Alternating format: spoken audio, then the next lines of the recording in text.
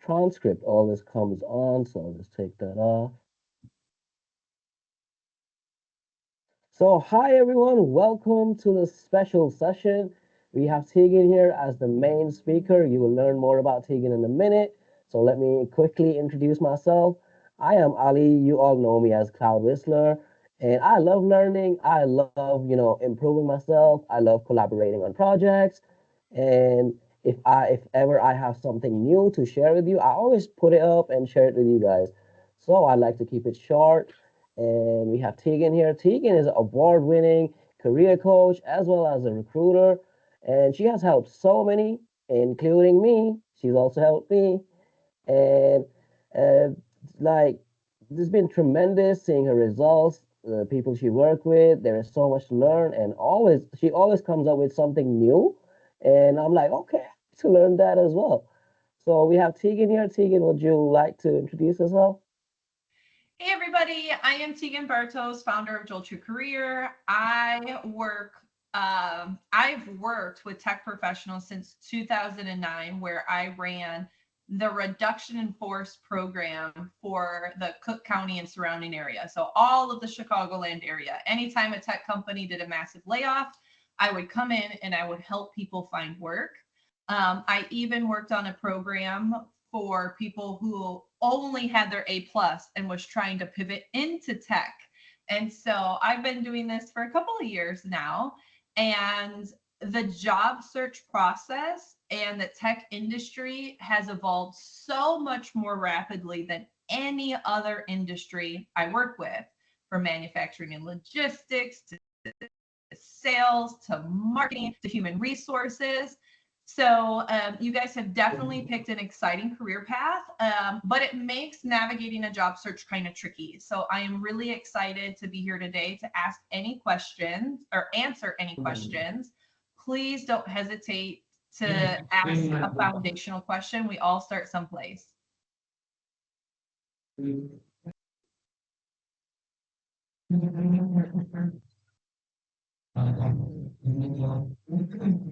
Uh-oh, can you guys hear me? I need to Is mute it? somebody. This microphone noise coming. I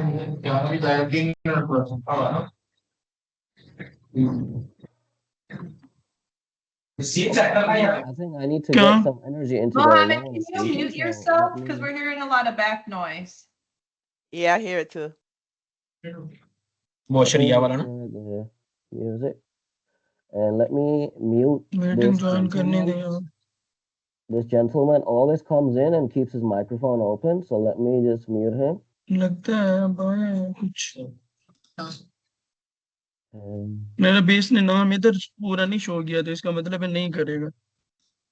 so I've disabled him, and I'll just play the music video for now. With its sporty styling and great range of colours, owners will do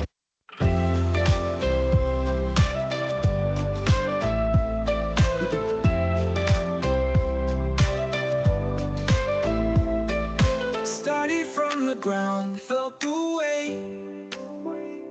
Support calls and long nights, working late, can't late. Dreams in the distance, hearts in sync. Building our future on the edge's brink. Lost in the tickets, found my way. Servers and networks, learned the play. Started from zero, climbed the heights in the cloud. Found new lights, catching clouds, living dreams. My life's now more than it seems. Family smile, endless gleam. Clouds my song, won't let it stream. Shifting gears, the sky so high. Data flows like birds we fly. Diagrams in code, my heartbeat. Understanding the cloud can't be beat. Family trips, moments pure. Thanks to the cloud, life secure. Mountain calls, gave it all and broke all walls. Catching clouds, living dreams. My life's now more than it seems. Family smile, endless gleam. Clouds my song, won't let it stream.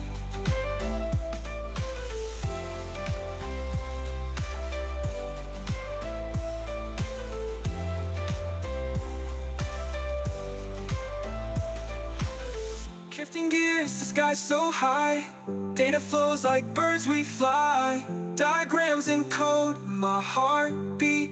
Understanding the cloud can't be beat. Family trips, moments pure.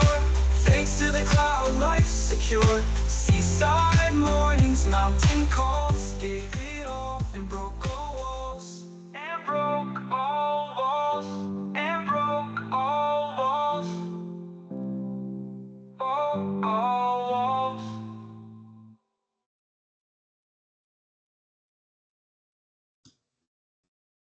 I'm pumped. I hope you all enjoy that music and there is some energy now. People can ask questions. We have, Tegan is here and she's the best person to ask any recruiting questions, even LinkedIn or anything you want to ask relating to IT industry because she works with a few people. So I'll start with Yuan. Yuan, do you have any first question? Would you like to start with first question?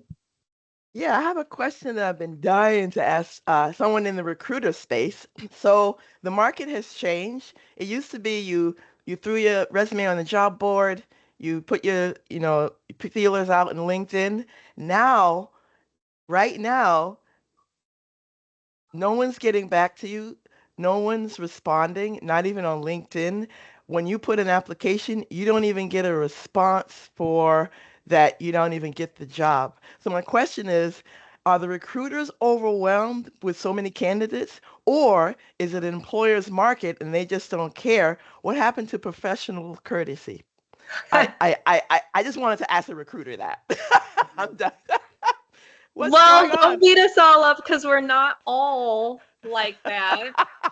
Thank But to you. be honest with you, it is overwhelming how many applicants we're getting because of Okay. AI, right? There's so many tools out there that can just mass apply.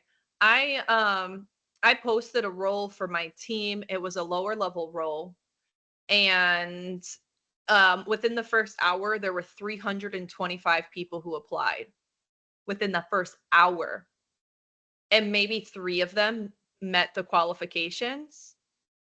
And so that's going through a lot of profiles before ever finding one that's even relevant. Um, and to be honest with you, I typically don't even post positions because I source for them.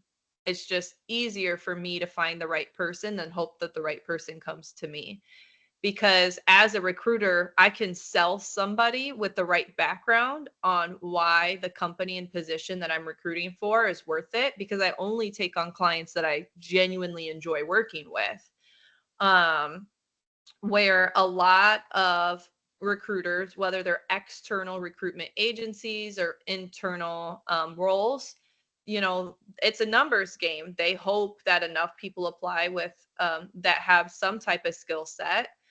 A couple of things about applications that have been true even before the 2025 economic uncertainty brought by the wars in Europe and the federal administration change in the United States. And if you're tuning in from someplace else in the world, I'm sure there's probably something going on in your region too, because it seems like there's just lots of stuff going on. But when it comes to applications, recruiters are going to start with internal candidates first. Is there somebody internally that we can promote, that we can move around? Then they're going to say, okay, well, if there's nobody that we have our eye on internally, does anybody internally have a referral for us? Because referrals are most likely going to be better applicants and data shows that they end up having a longer tenure. So it saves the company money to go with somebody who's a better fit. And then they eventually get to posting the role and and going through applications, and thousands of people are applying. While there is tech that should allow people to get back, it's literally just a click of a button. Hey, not interested, or whatever it may be. What's happening is whoever's unmuted, mute yourself so everybody can hear without background noise, please. Because we only have a couple of minutes. We've got 30 minutes. And so I want to be mindful of everybody's time. So let's see.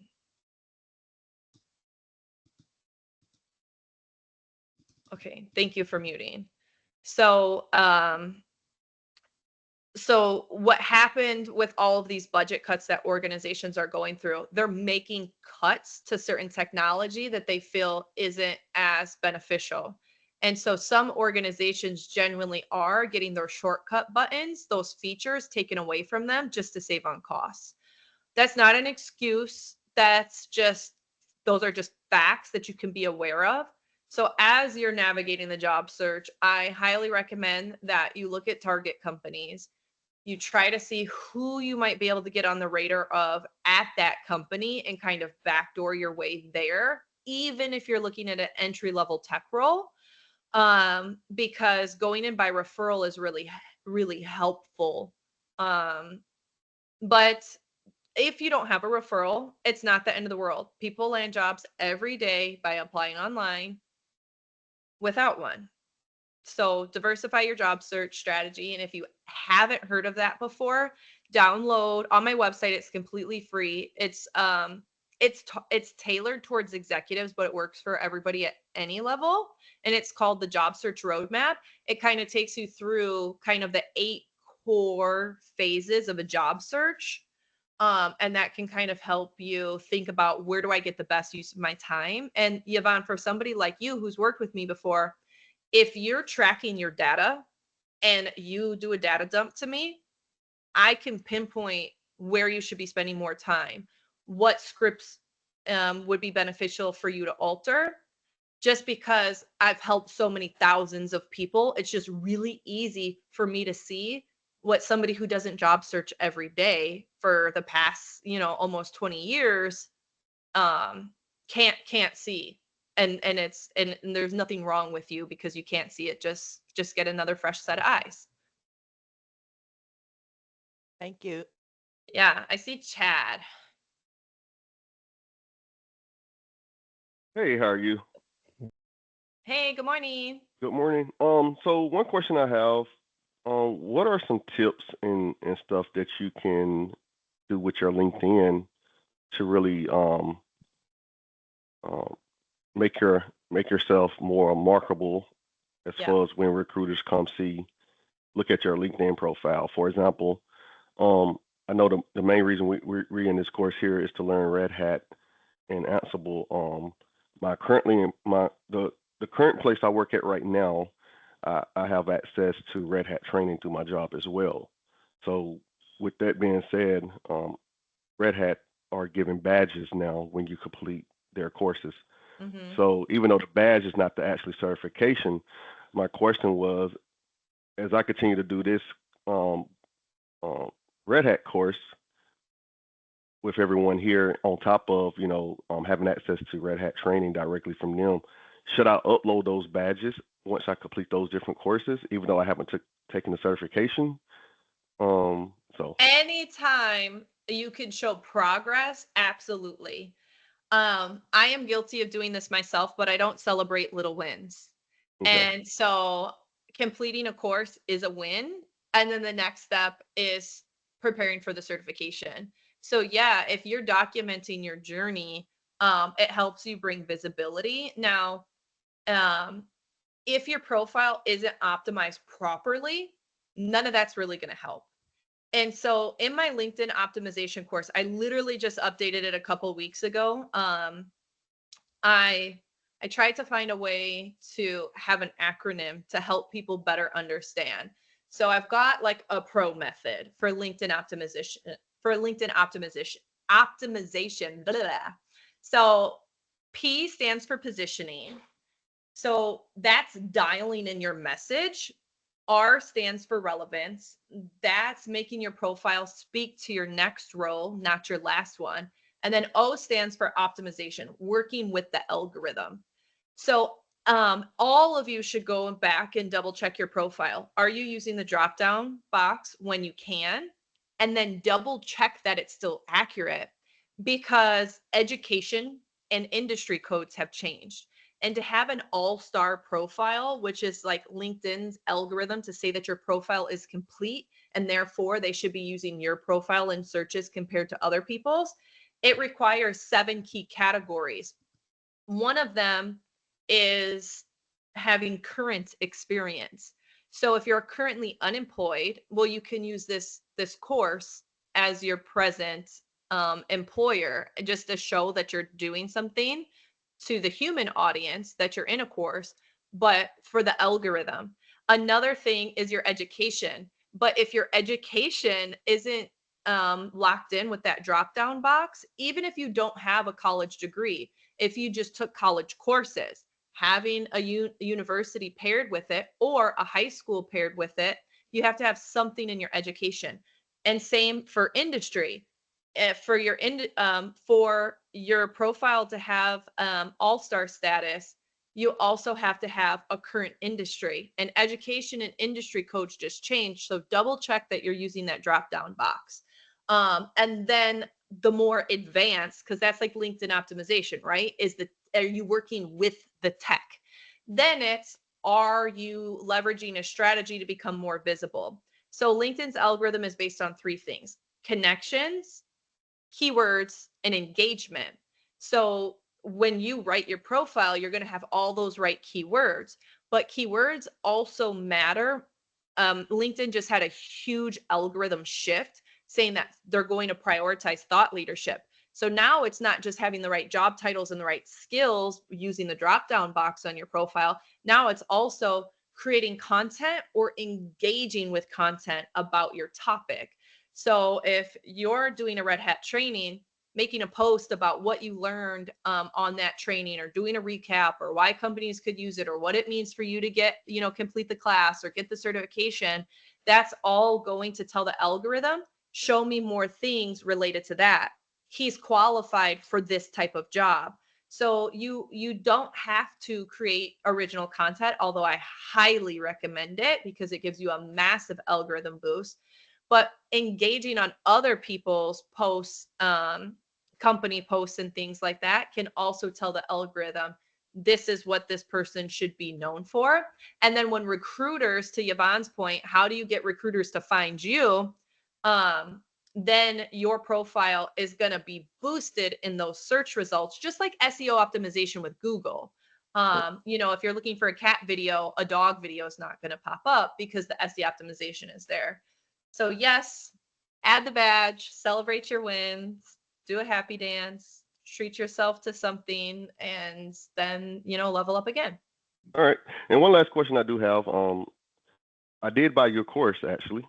So I guess awesome. I guess going through that to optimize my LinkedIn profile should give me all the resources and information I need, right? Perfect. I was just told on the call before this one that the 2025 one audio wasn't working. The 2024 one still works. Like I just repositioned like the training a little bit. So what did you think of it? Was it helpful? I haven't went through it yet, but that's on my Okay. list to go through it. Yeah, I just purchased it maybe a few days ago. Okay. Well, I am about to add on the LinkedIn optimization with audio. I have dated ones on there as well. So you don't have to watch those. You can just watch the most recent one. But let me know what you think. And if you get stuck on something, just send me a message. I'll send you a Loom video on exactly how to do it. Awesome. Thank you. Yeah. Thank you, Chad. That was great question. And I agree, keeping yourself active and having involvement with the industry companies It makes a big difference. Like lately, I took Tegan's advice and I started posting articles, and I had a heck a lot of companies reaching out to me, even from different countries. And I had to maintain connection with them as well because I just don't leave anyone an ignore list. I always build a connection with them. You never know, I might be traveling to a different country, or I might think of relocating. So it's always good to build that connection as well. So we have Nilofer. Nilofer, would you like to ask your question? Sure. Hi, Hey, Tegan. Thank you very much for your time here. yeah, Uh, there's one question, like I see that as a blocker from my side. Like I'm able to make connections to the target companies. I even go with the first coffee chat, but my problem is continuing the connection after the first coffee chat. So how do you sustain that without seeing yourself as being pushy? yeah. Yeah. So if So that if that person person is is active active, at all on LinkedIn, one of the then the things thing that you can do is track their activity and piggyback off their activity. So if you're trying to connect with me and stay in contact with me, and I comment something on Yvonne's, I might you might also then leave a comment on Yvonne's and then leave a sub comment on my comment to her. Just so it feels serendipitous, like you're showing up in the same circles and talking about the same things. Um, and that is a really strong way to stay in contact. Depending on the kind of questions you asked or the advice you asked for, you might circle back and say, thank you, you read the article, or yep, you did pass the exam, or, just kind of some updates. Um, on LinkedIn, there is a feature under my network called Catch Up. And there, it has an opportunity to tell people birthdays or work anniversaries or job changes. So every week, kind of looking and seeing who had a birthday, it's a great way just to reach out to people and say, like, hope you have, a fantastic year around the sun, happy birthday. Say something that isn't AI prompted or ML prompted from LinkedIn's bot. Say something original because people get thousands of DMs on their birthday depending how many connections they have. So it's a great way to really stand out. You can send a voice note and that really sounds different. So um there's a couple of ways that you can follow up afterwards, or even if you see a role opening up at that target company, you can say, you found a role, and that might be your ask. Is it okay if I follow up with you? Should I see a role that feels like a really good fit? And then that way you're closing the conversation by keeping that door open.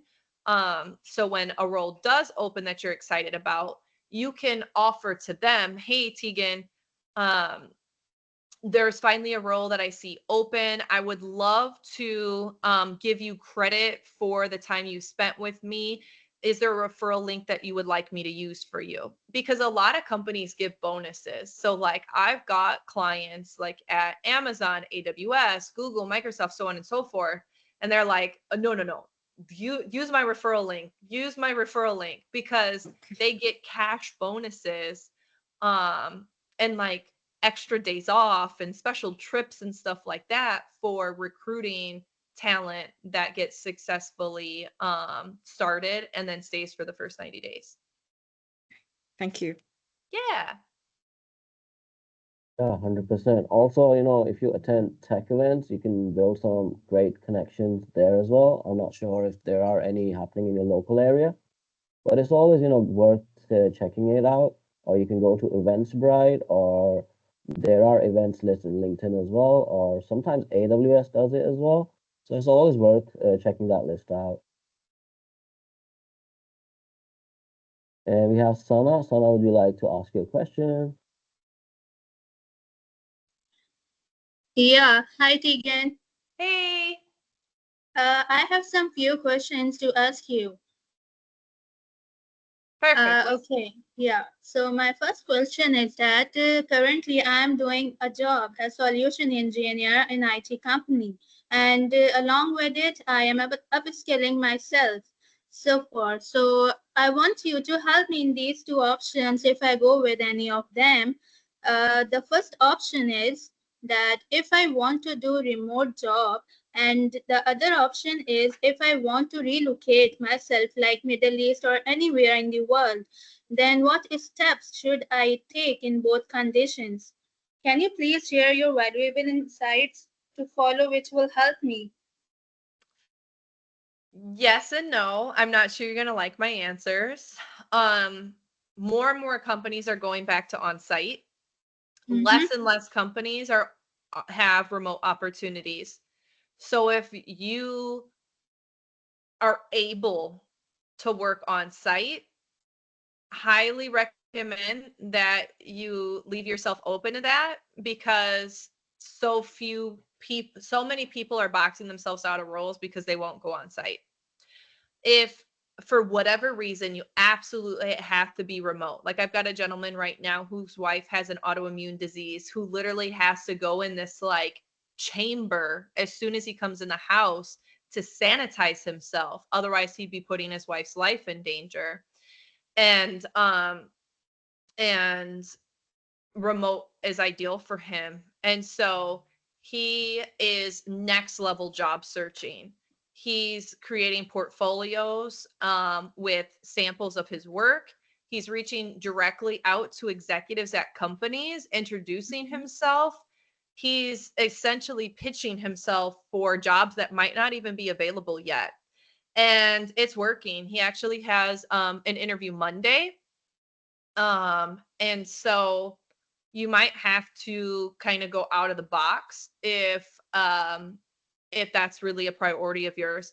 In terms of relocating, um, I'm not sure what it's like in different parts of the world, but I know right now in the United States, companies are on cost cutting measures. And so our current president is trying to limit how many visas companies give out in the name of hiring domestic people first.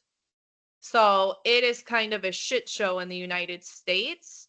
Um, there is a gentleman and a like there's a gentleman who specializes in immigration work in the UK. Send me a DM and I'll share his contact information with you. I just can't, his name is escaping, otherwise I would say it on the call. And then there's also Sweeney in Canada. I don't remember her last name, but if you send me, I can send it to you. They're not Mm-hmm. attorneys for visas, but that's kind of where they specialize in, is helping helping individuals who are looking to relocate for work. That is not my area of expertise. I have lived in the Chicagoland area my entire life, essentially, outside of going to visit my dad in Tennessee's when I was little. I love to travel, and all I know is that they tell you you gotta you can come in on this date, but you better be out on this date. So I'm just not an expert in that area. Sorry. Oh, all right. Thank you so much, Tegan, for your kind Yeah, response. absolutely. All right. That was really powerful what Tegan just shared. And you know how Tegan mentioned that if there is no opportunity, there are ways to create opportunities, and that to put yourself out there, create portfolios, make personal connections, and get yourself out there. Because if there is no opportunity, you can create one by differentiating yourself from the competition just by building portfolio, making connections, and putting your valuable skills up front so they know what you can bring to the table. All right. I just texted that I needed 15 more minutes. So I'm going to be late to church. Vincent, I see your hands up too. Yeah, Woodson, would you like to unmute yourself?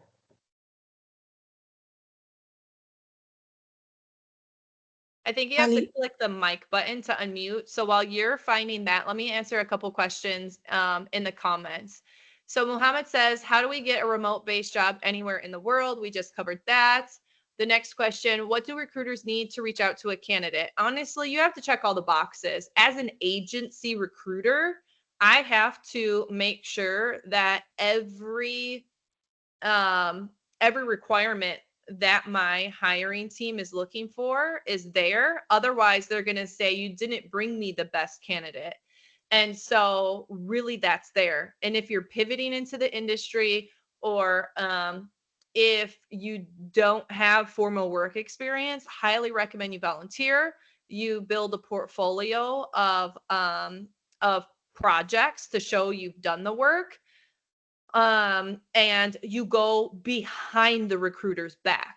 You speak directly to people who work for the company, because as recruiters, we're box checkers. We're people pleasers. We have to give somebody exactly what they want, where a hiring manager themselves can say, no, I trust Yvonne. Yvonne is saying this would be a good person to talk to. I want to talk to this person, even if they don't traditionally check all the boxes. Vincent, just let me know when you unmute, or throw your comment in the chat if it's not coming off. As far as what discourages people after viewing the profile, I go through people's activity, and if somebody's really negative, talks bad about their last company, says sexist or racist things, if you're openly a jerk on a social media platform, you're definitely not gonna play nice in the sandbox at work. When I'm on somebody's profile, I really want to see, I need to see that they have the right experience. And then all of the extra things are just perks. That's from a recruiter standpoint, though. A hiring manager is going to be looking for culture. They're going to be looking for thought leadership. They're going to be looking for problem solving. If they see that you're doing all these kind of self-studying works on the side, then they're going to be so excited to talk to you. So you've got to keep in mind that the technology looks for one thing, to parse keywords. The recruiter looks to check all the boxes. The hiring manager looks for cultural fit, cultural add. And so you're really speaking to three different audiences when you're on the job search. So Vincent, it looks like you were able to unmute, so go ahead and ask your question.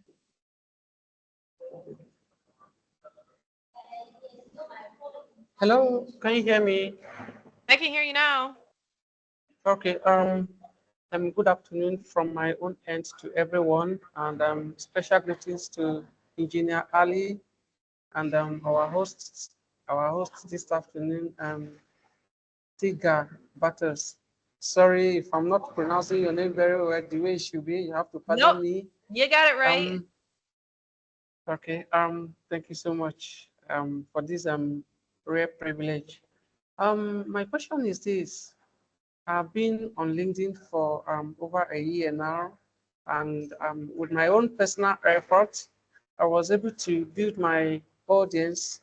Now I have follower that is almost 9,800. But I'm a customer service specialist. I've been hunting for job. I couldn't get it. Even when I was asked to revamp my profile, I did. Same thing, I couldn't get a job. Though right now, I'm still trying, because my own aim is to become um, um, cloud security and DevOps engineer. So, but my plan is to be using that customer service specialist in doing my work, while I keep tapping in learning that my cloud security and DevOps engineering. But I don't know what could be the challenge. I don't know why I'm unable to get job till now, despite my job hunting. If there's anywhere, if there is something, if there's any way you can help me look into my profile and see where I've gotten something wrong, or I should have made an amendment. So I don't know. Thank you so much. That's my question, please. Yeah. So, Ali, can I share my screen or no? Go for it. Let me see Can you just here. enable it? Mm, And this will go for everyone. This will be like a crash course. we should be able to. Where everybody can just creep on his profile real Yeah, quick. yeah, So on Vincent's profile, in his experience section, he has Chief Executive Officer. And so what that title is not aligned with the role that you're looking for. So you're working for yourself at this point. So even if you are the CEO of your company, but you're looking for a cloud role, then you need to put that. Instead of chief executive officer, put help desk engineer, put technology engineer, something that the algorithm is going to say, okay, this job title aligns with what this person's looking for. And on your next title, you have student, blah, blah, blah, blah, blah, Yeah. blah, cohort 12. Sorry, Tegan. The I've just allowed you to share the screen. share.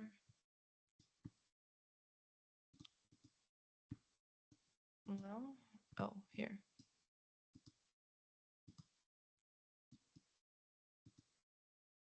Okay.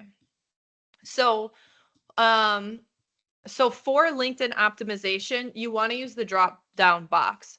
This is not going to be a title in the drop down box.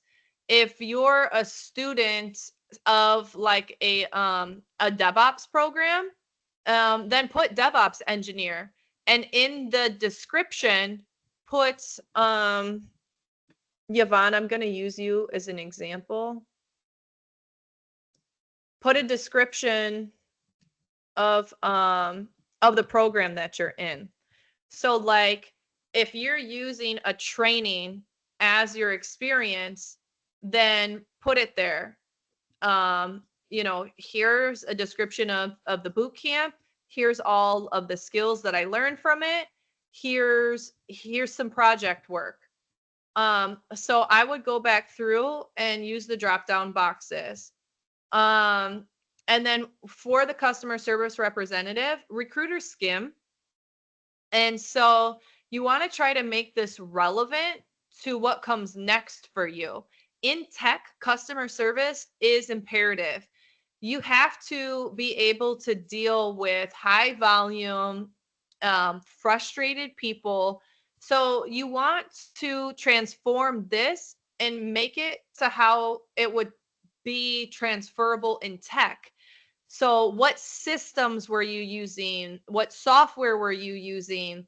How many customers a day did you interact with? The fact that you have your customer satisfaction rate, but it's all the way down here. And so I'm not going to get all the way down here.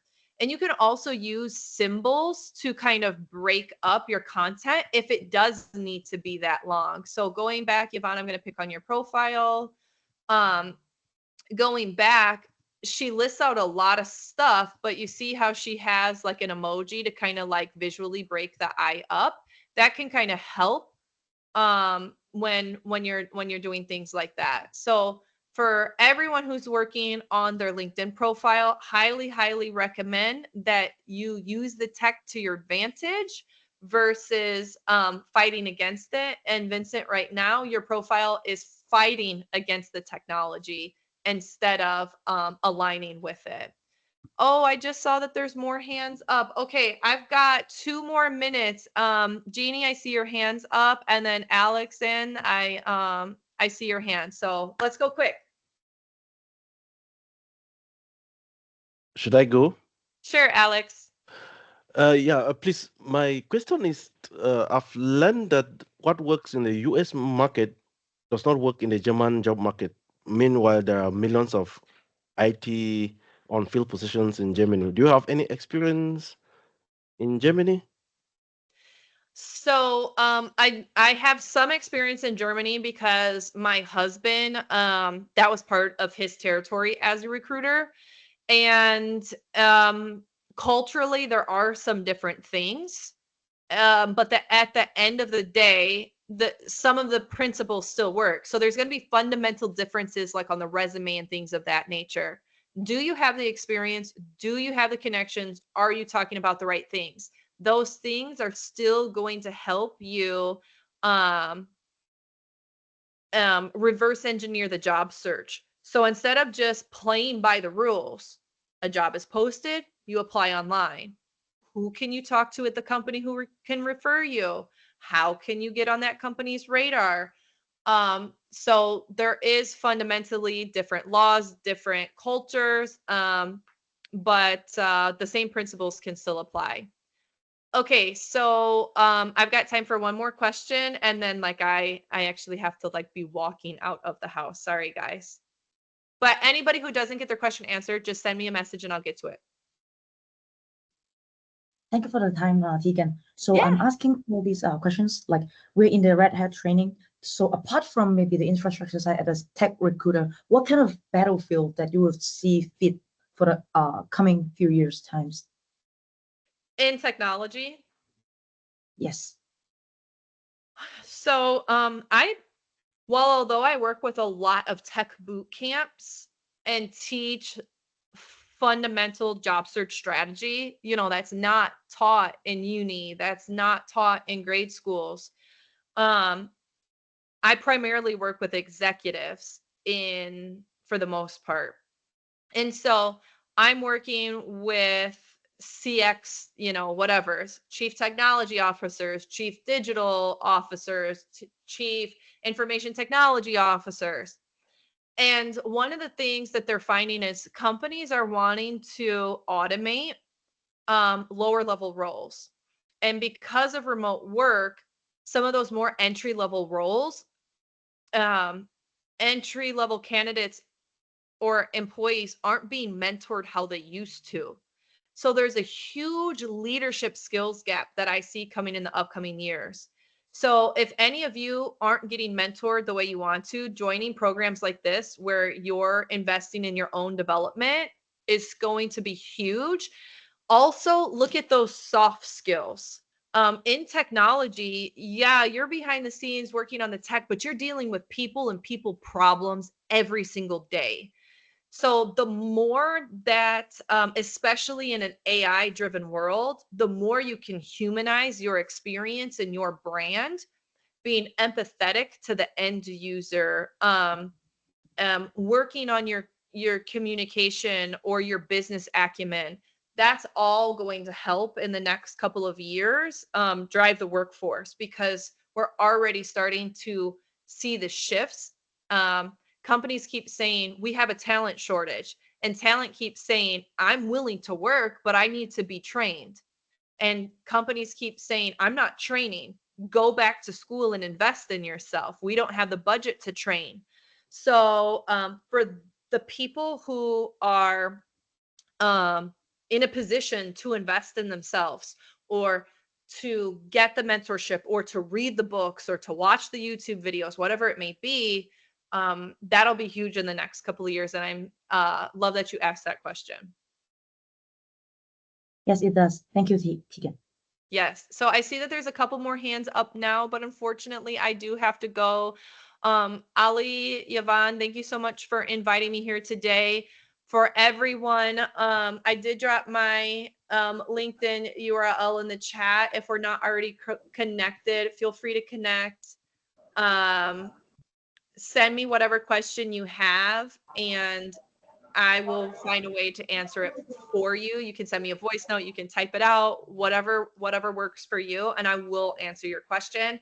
Ali, invite me back. Like, for the next 3 weeks, I am booked back to back to back. But if you want me to come back on mid-May, get it on my calendar now, and I can spend an hour with you guys.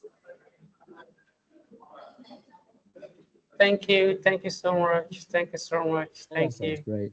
Absolutely. All right. Bye, everyone. I'm sorry I gotta cut out. Bye. Bye. Thank you. Bye. Thank you. Bye. Bye. Bye. Thank you.